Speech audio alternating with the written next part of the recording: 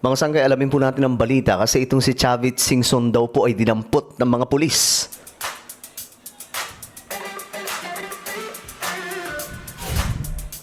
Alright guys, magandang oras po sa inyong lahat. At ito, alamin lamang po natin ngayon yung update dito kay Chavit Singson. Kasi nga po may lumabas na report mula po sa isa sa mga reporter ng Pilipinas na nahuli daw po sa isang kaso, mga sangkay, no? So, pag-usapan po natin ito. Anyway, bago tayo mag-umpisa sa mga hindi pa po dyan nakakapag-subscribe sa ating YouTube channel, makikita nyo po yung subscribe button sa baba ng video na to. I-click nyo lamang po yung subscribe, i-click ang bell, at i-click nyo po yung all.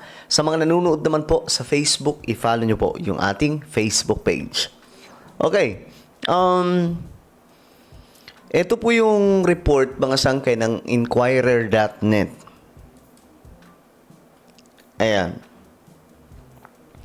Breaking, former Ilocos Sur Governor Luis Chavit Singson was arrested on Thursday. So ngayon, mga sangkay, afternoon, over a cyber libel case according to a police report obtained by the Inquirer. So ayan, mga sangkay, dahil po sa cyber libel case. Ano kaya itong ano kayang cyber libel ito? Sino kaya ang binanatan niya, mga sangkay, at na cyber libel siya? So, ayan, ang dami kaagad nagkomento, mga sangkay. May nagkomento dito. Sabi dito, mga sangkay, unsa man na. Ito. Sabi ni Samuel, freedom of speech is not absolute. Sabi naman ng isa, yari si Mang Kanor. So, sino kaya itong nakakabangga niya, mga sangkay, no? Pero, I'm sure, no? Makakaano din to, mga sangkay, makakalaya din po yan, eh. Kasi, syempre, makakapag-bail naman po yan, mga sangkay, no? Yari si Mang Kanora, sabi naman ni Finland SMD, gunggong. Ha? Hindi ko gets Cyberpamor kulong later. May gulay, paano na ang Chavit 2028? Sabi ni Doc B. Yari si Manong Chavit, talagang tinaon nila na holiday bukas para sa Lunes ka na makakapagpiyansa. Hala, oo nga. Ay, holiday ba bukas? Ay, oo nga. So talagang magbabakasyon siya sa loob ng sa loob ng kulungan niyan kung sakasakali. Kasi available naman siya, pero sa Lunes pa, mga sangkay. Naku po. Pero bago natin pag-usapan yan, no? About sa bail na yan, tingnan po muna natin, ano ba talaga nangyari sa kanya? Eto.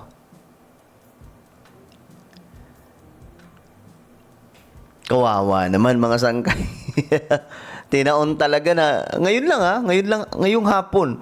Hindi ko alam kung naihabol pa yung bail, pero pag ganitong oras na, malabo na po yun, mga sangkay. So, ito, tingnan mo natin. Ayun! Anak ng toko, totoo nga, men. Totoo nga po. Former Ilocos Sur, Chavit Singson, Governor. Mali ang pagkabasa. Former Ilocos Sur, Governor Luis Chavit Singson, inaresto daw po ngayong Thursday afternoon dahil po sa cyber libel case. So, Singson was arrested in a gated village in Barangay Ugong Norte, Quezon City. Ugong Norte, Quezon City. So dito lang. The police report said, the report did not immediately indicate whether Singson had posted bail. So ano ba? Nakapag-bail ba to? Wala nang information eh. Hanggang ganun lang. Bitin na. Ang tanong dito, sinong nakabangga? Kaninong cyber libel ito? Sino ang nagkaso sa kanya, mga sangkay? Okay, balikan natin to. So, totoo, kasi may picture, ayan po. Legit nga po. Ayan o, June 11, 2026. Okay. Now, mga sangkay, sabi ng isa, dapat bukas na lang para hindi makabail. Lalabas din yan, baka nga di na maipasok. Halatang hindi nagbabasa yung nagko-comment eh. Bago kayo mag-comment, magbasa muna kayo sa article. Okay? Para makita nyo. Kung alam niya, kung napindot niya yon, hindi nakita niya na nakaano na mga sangkay. May picture na nga po, napicturean na nga po na nasa loob na po ng kulungan. Galit na naman ng mga DDS, sabi ni Aingson. Basta DDS. Tangi, sabi niya dito. Kapunin na yan. Ang bihira talaga. Sino ba to? Arestuhin na rin yan dahil sa sedition. Lahat yan kakasuhan basta di ka mapasunod sa gusto nila. Kanya-kanya na pong ano to. Sabi naman ni Adrian, gusto po namin pati kakampi ng administration. Makulong, makibalita naman po kapag meron na. Salamat. Meron. Di ba nga po si Bunuan? Di ba si Bunuan? Kakampi po yan ng administration. Secretary pa nga po yan ni PBBM. Pero dahil nga po may ginawang kalokohan, mga sangkay, nung siya po ay secretary ng DPWH, so kasama po siya mga sangkay sa nanidelikado at makukulong. No?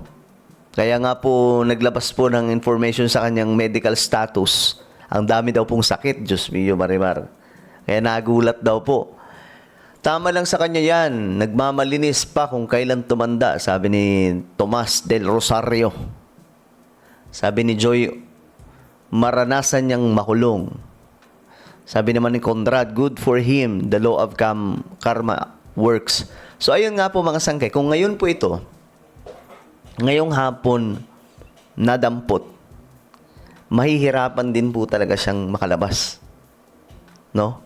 Mahihirapan po siyang makalabas. Sa ano pa yun? Bali, by Monday pa po. Monday sa tingin ko hapon. Mga ganun pong situation ang kakaharapin niya mga sangkay. So, sa madaling sabi, matutulog po siya sa loob ng kulungan. Swerte na mga nakakulong dun.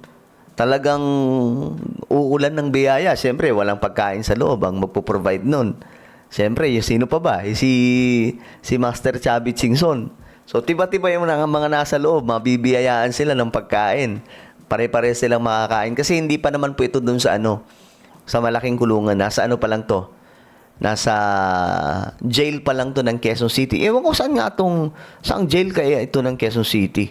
Wag naman po doon sa saan bang Quezon City station yun ng mga pulis. Basta dito, dyan din po sa Quezon City, meron po dyang kulungan na talaga nga namang yung mga pulis dyan, mga tarantula So, wag lang sana doon. Kasi pag doon, yari na, mga sangkay. So, ayun nga po, totoo. Ayan, legit nga po ito. Mga sangkay, ano pong inyong opinion? Comment down below. Anyway, meron po tayong YouTube channel. Ito po yung Sangkay Revelation. Hanapin nyo po ito ngayon sa YouTube. Kapag nakita nyo na, i-click nyo po yung subscribe, i-click ang bell, at i-click nyo po yung all. Ako na po ay magpapaalam. Mag-iingat pong lahat. God bless everyone.